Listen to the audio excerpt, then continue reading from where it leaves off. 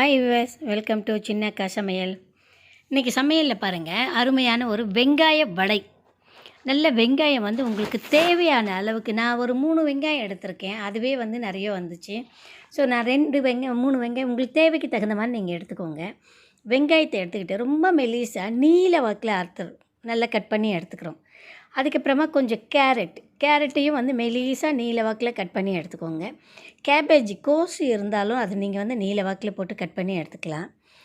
அதுக்கப்புறம் பார்த்திங்கனாக்கா நறுக்கின பச்சை மிளகாய், கொஞ்சம் கொத்தமல்லி, கொஞ்சமாக கருவேப்பிலை, இதெல்லாம் போக பச்சரிசி மாவு 2 ஸ்பூனும், அதுக்கு தகுந்த மாதிரி, அதாவது 2 ஸ்பூன் பச்சரிசி மாவு நம்ம எடுத்துன்னு இருக்கோம் அப்படின்னாக்கா மைதா மாவு வந்து ஒரு 5 ஸ்பூனாக எடுத்துக்கலாம். எடுத்துக்கிட்டு தேவையான அளவுக்கு கொஞ்சம் சால்ட்டு, கொஞ்சம் தண்ணி ஊற்றி, ரொம்ப தண்ணி ஊற்றினோம்னாக்கா வெங்காயத்தில் நிறைய தண்ணி வரும் இல்லையா, அதனால் அதிகமாக தண்ணி ஊற்ற வேண்டாம். நல்லா பிசைஞ்சிடுங்க. பிசைஞ்சிட்டு இப்போ அதை எடுத்து அப்படியே வந்து நம்ம வடைச்சட்டியில் விடலாம்.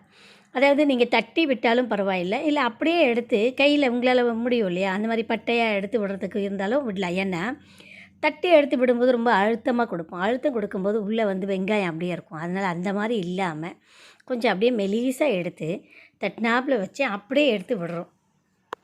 எடுத்து விடும்போது பார்த்திங்கனாக்கா அருமையான ஒரு வெங்காய வடை சூப்பராக தயாராகுதுங்க. இது வந்து ரொம்ப சீக்கிரத்தில் தயாராகக்கூடிய ரெசிபி. அதே போல் டேஸ்ட்டாகவும் பசங்க விரும்பி சாப்பிட்ற அளவுக்கு சூப்பராகவும் இருக்கும். அதனால் ஈவினிங் டைமில் இதை நம்ம கொடுக்கும்போது பார்த்திங்கன்னா ஹெல்த்தி ஃபுட்டும் இது இல்லையா. வெங்காயம் நம்ம எந்தளவுக்கு பயன்படுத்துகிறோமோ அது நல்லதும் கூட. ஸோ இப்போ பார்த்திங்கனாக்கா அருமையான ஒரு வெங்காய வடை மைதா மாவு வச்சு தான் பண்ணின்னு.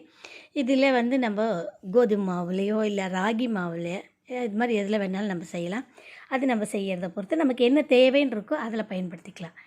அருமையான ஒரு மைதா மாவில் செய்யப்பட்ட ஒரு அருமையான வெங்காய வடை சூப்பராக இருக்கும். எப்போவுமே வந்து வெங்காய வடை வந்து வெங்காயம் 3 பங்கு அப்படின்னாக்கா மற்ற பொருட்கள், அதாவது கேரட்டோ இல்லை கோஸோ இல்லை வேறு என்ன சேர்த்துணுமோ அது வந்து 1 பங்காக தான் இருக்கணும். வெங்காயம் தான் அதிகமாக இருக்கணும். அப்போ தான் டேஸ்ட்டு கரெக்டாக இருக்கும்.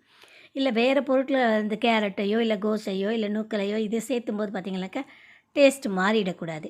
அதனால் வெங்காயம் 3 பங்கு போட்டாக்கா 3 மடங்கு போட்டிங்கன்னா 1 மடங்கு மற்ற பொருளை போட்டு பண்ணிக்கலாம். இதில் அடிஷ்னலாக நம்ம சேர்த்த வேண்டியது பச்சை மிளகாய், கொத்தமல்லி, கருவேப்பிலை போட்டு அருமையாக இருக்குது. அரிசி மாவு போடுறது வந்து அந்த மொறுமொறுன்னு வர்றதுக்காக தான் அரிசி மாவு போடுறோம். மற்றபடி மைதா மாவு அந்த கிரிப் பிடிச்சிக்கிறதுக்காக வேண்டி அருமையான ஒரு வெங்காய வடை சூப்பராக ரெடி ஆகிடுச்சு.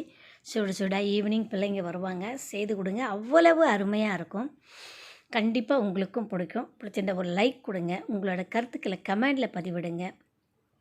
சப்ஸ்கிரைப் பண்ணவங்க ஷேர் பண்ணுங்கள், சப்ஸ்கிரைப் பண்ணாதவங்க சப்ஸ்கிரைப் பண்ணுங்கள். மறக்காமல் வந்து பக்கத்தில் இருக்கிற பெல் பட்டனை அழுத்துங்க. அப்போ தான் நான் போடக்கூடிய மெசேஜ் வந்து உடனே உங்களை வந்து சேருங்க. ஓகே, அடுத்த பதிவில் உங்களை பார்க்கலாம்.